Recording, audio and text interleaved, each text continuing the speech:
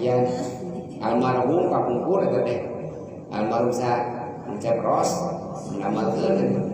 kamu abdi miti haji ini sebut tempel pun haji di dinya teh izin sambil aya hajian di nanti da KTP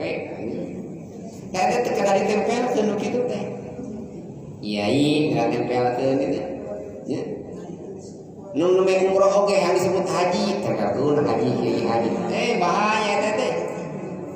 liubahi bihi ulama yang disebut ulama hati-hati ya teh di mana yang nemongkeun ka pamor yang disebut itunya eta mah pangkat eta mah ti masyarakat nalika urang midamel kasayan ka batur maka bakal timbul kasayan ka urang